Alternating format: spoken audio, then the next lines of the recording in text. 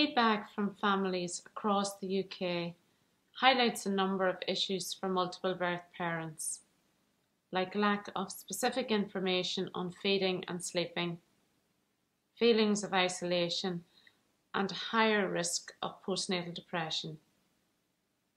It is my role to work directly with families and to raise awareness amongst other health professionals on multiple specific issues.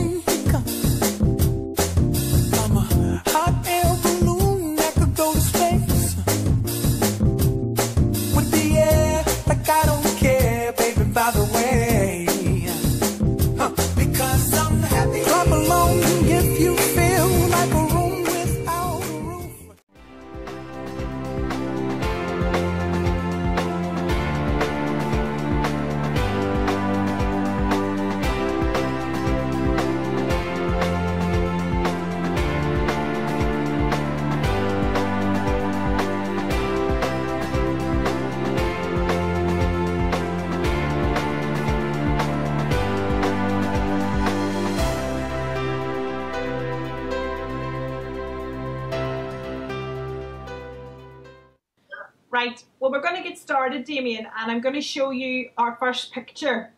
And if you remember, what I want you to do is to look at the picture and tell me which one is the odd one out. And then if you can tell me why, okay? So, have a look at the picture and see if you can tell me which one is the odd one out. Coffee. Good. Because cold drinks. Good. Yes, coffee because the others are cold drinks. Brilliant. Good.